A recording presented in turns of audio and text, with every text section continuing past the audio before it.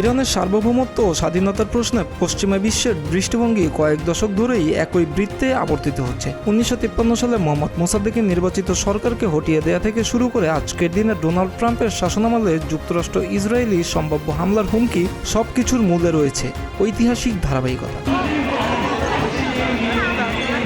বিশ্লেষক সুমাইয়া ঘানুশির সাম্প্রতিক নিবন্ধে উঠে এসেছে কিভাবে ইরানের তেল জাতীয়করণ এবং স্বাধীন নীতি গ্রহণে এই দেশটিকে পশ্চিমা শক্তি চিরশত্রুতে পরিণত করেছে। বর্তমানে ভারত মহাসাগরে যুক্তরাষ্ট্রের বিমান বাহিনীর রণতরীর উপস্থিতি ও মধ্যপ্রাচ্য জুড়ে ডেস্ট্রয়ার মোতায়েনকে নিছক কোনো মহড়া হিসেবে দেখছে না বিশ্লেষকরা। তাদের মতে যুদ্ধের এই শ্বাস রব এবং বিভিন্ন গোয়েন্দা নথির মাধ্যমে ইরানি কর্তৃপক্ষের বিরুদ্ধে কথিত নৃশংসতার অভিযোগ তোলা আসলে একটি সামরিক হস্তক্ষেপের প্রেক্ষাপট তৈরি করার কৌশল।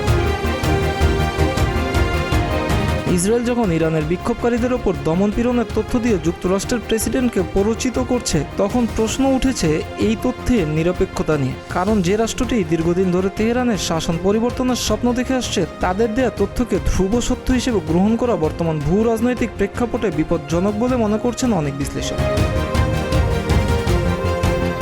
ইরান বর্তমানে গভীর সংকটের মধ্য দিয়ে যাচ্ছে। দশকের পর দশক ধরে চলা অর্থনৈতিক অবরোধ সাধারণ মানুষকে রাজপথে ঠেলে দিয়েছে। তবে এই অসন্তোষকে পুঁজি করে 1953 সালের সেই অপারেশন আইজ্যাক্স এর আধুনিক সংস্করণ মঞ্চস্থ করার চেষ্টা চলছে বলে মনে করা হচ্ছে। সে সময় ব্রিটিশরা ইরানের তেলের মাত্র 16% লভ্যাংশ দিত, আর তা জাতীয়করণ করায় CIA এবং MI6 মিলে মোসাদ্দেককে ক্ষমতাচ্যুত করে শাহকে পুনর্বহাল করেছিল।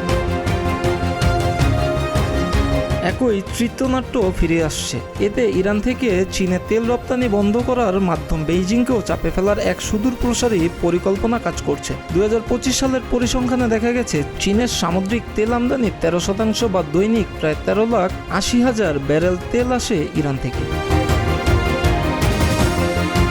ইসরায়েলের প্রধানমন্ত্রী বেনিয়ামিন নেতানিয়াহু ও দেশটির গোয়েন্দা সংস্থা মোসাদ সরাসরি ইরানি জনগণকে উস্কানি দিচ্ছে। সামাজিক যোগাযোগ মাধ্যমে শাহর ছেলে রেজা পাহলভিকে বিকল্প নেতা হিসেবে উপস্থাপন করা হচ্ছে। পুরো প্রক্রিয়া পশ্চিমা শক্তিগুলোকে ইরানের সার্বভৌমত্বকে ধ্বংস করে দেশটিকে খণ্ডবিখণ্ড করার নীল নকশা বাস্তবায়ন করতে চায় বলে আশঙ্কা প্রবল হচ্ছে।